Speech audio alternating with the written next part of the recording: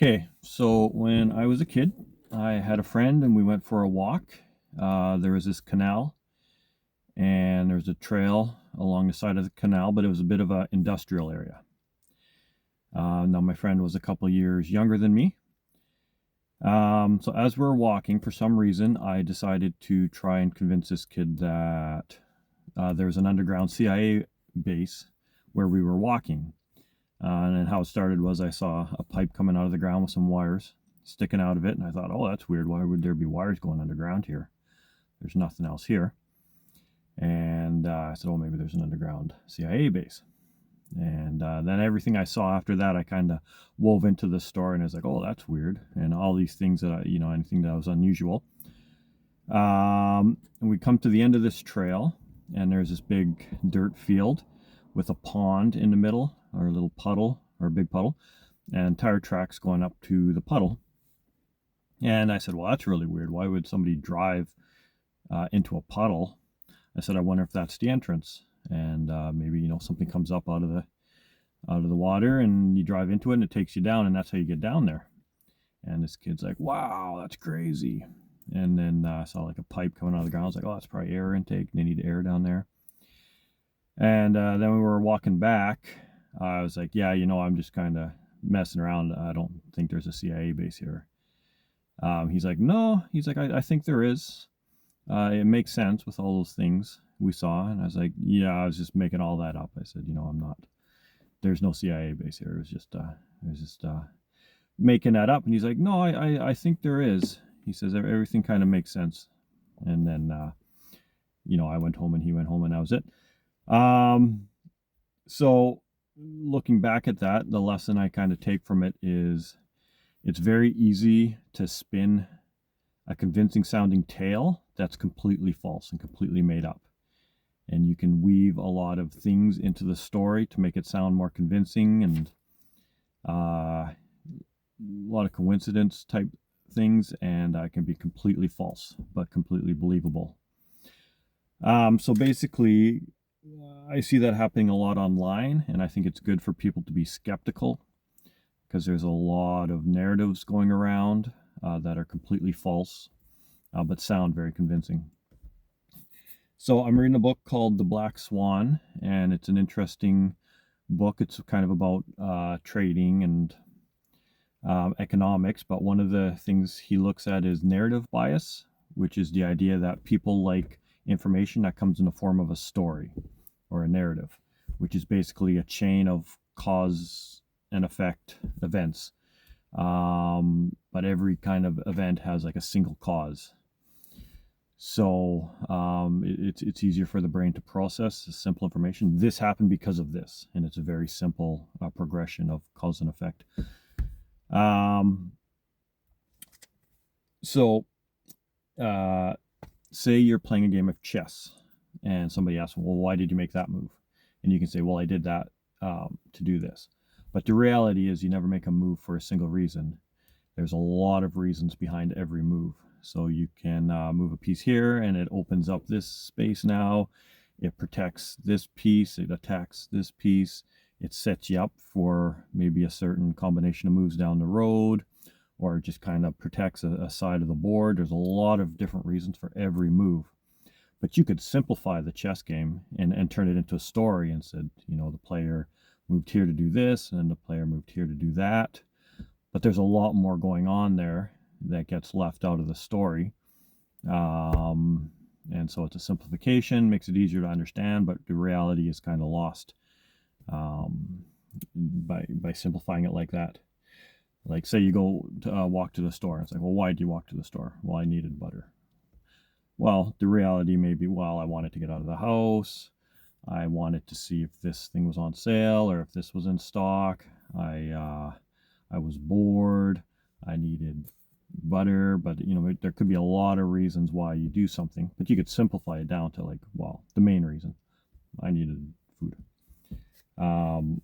So it's very easy when people are trying to convince you of something to simplify it down and to say, okay, this happened because of this. And it's a simplification, and there's a lot more going on that gets left out of the story. So it's just one thing to be careful of. And politicians do that a lot when they're trying to attack the other side. They simplify an issue. They're like, oh, you did this because of this. And maybe that was a small factor in the decision, or maybe it wasn't even a factor. But it's very easy to convince people that, oh, they're corrupt. They're just doing this because of this. But really, there's a lot going on there. There's a lot more reasons for things that people do, and both sides do it. I think they both simplify issues to attack each other. When you watch the movie Beautiful Mind, it's a really good movie. It's John Nash, and he's basically obsessed with finding patterns, and that's a kind of a bias that the brain has too, where your brain is always looking for patterns that helps simplify complexity. The world is really complex. There's a lot going on. Nobody really understands the world. There's just too much going on, and every subject that you try to tap into, this goes on and on and on. So our brains simplify information, and then that makes us kind of susceptible to these biases online and people that can try to convince us of things that aren't true. Okay, so we're kind of in a world now where you can choose your own reality. You can look for whatever bias you want, and you'll find lots of content that'll geared towards that. You want the world to be more exciting, more dramatic, like a spy thriller or whatever. There's somebody out there to tell you that, or this country's bad, this country's good, these people are good, these people are bad, whatever. You'll find it. So I can't remember his name, Mr. Wonderful, the guy on Shark Tank or whatever, or Lion's Den. He was promoting a crypto exchange called FTX, and he would go on news broadcasts and talk about how good they were. And then they went bankrupt, and it turned out that he had been paid $7 million to promote them. But you never really, I never heard of that while he was promoting them. So it's kind of like this hidden information that he's basically a paid promoter, and there's a lot of paid promoters out there that are paid to present a certain narrative, a certain angle, to convince you of something, and you'll never really know if they're paid. And even on the news, I mean, that doesn't really seem like news to me, but there's paid promoters. There's also this issue of, if you say start a YouTube channel, you can start a Patreon, and if people like what you say, they'll give you money, and you don't know who's giving you money, but you're getting money for saying a certain thing. You're choosing a certain angle, and you'll get paid for that if somebody likes it. And if you get enough viewers, enough people that say, hey, yeah, I like this. So here's a verse in the Bible. I'm a born-again Christian. I believe in Jesus. It's in 2 Timothy. It says, for the time will come when they will not endure sound doctrine, but according to their own desires, because they have itching ears, they will heap up for themselves teachers, and they will turn their ears away from the truth and be turned aside to fables. And that is extremely likely nowadays with the nature of information. Basically, the algorithm will kind of choose what you want to hear and see and feed you that. So it's very easy for people to end up in echo chambers where they're only hearing one side of the story. They're not being skeptical. They're not looking at alternatives. They're not saying, okay, well, what somebody say to try to disprove this idea. They're just kind of feeding themselves this idea, and that reinforces their belief in it, because they're like, well, everybody's saying it, everybody's thinking this thing, it must be true. So overall, I think it's good to be skeptical. It's good to look at critics of ideas that you feel strongly about, kind of look at arguments against it.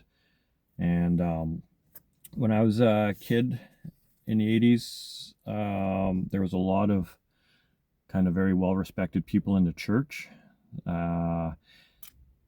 and nobody was very skeptical, but they had a lot of crazy stories. And then eventually people started kind of looking into these stories and found out that a lot of them were false. People were basically, they were charlatans, just kind of saying Christian things and trying to work themselves into the church to be accepted and make money and whatever. And yeah, they make up a lot of stories, and it turned out a lot of that was false. So the same thing's happening today. There's a lot of money to be made in the church, you know, if you say Christian things and do Christian things. But it doesn't mean that these people are righteous or walking with God, or you know, have a relationship with God. It's good for Christians to be skeptical and not just accept everything they hear. And yeah, I think that's all I had. So that's it. Be careful of people spinning tails. Okay.